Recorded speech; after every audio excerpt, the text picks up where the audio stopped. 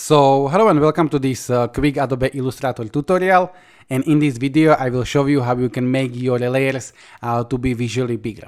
So I have some document, it doesn't really matter, and I have a few layers and they are pretty small, and what I can do is I can click in the layers, these three lines, and I can go to the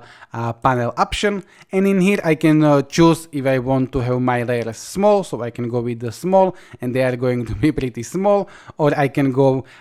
with large, for example, and right now they are going to be bigger. Or what I can do is I can go ahead and in the other I can choose how many pixels do I want to have. So for example, I can go with 80 and I'm going to click OK, and they are going to be pretty bigger. There is some limit, I am not really sure how much, so if I go maybe with 400 and I'm going to click OK, the limit is probably like 100 or something. So yeah, this is it, this is all I just wanted to show you.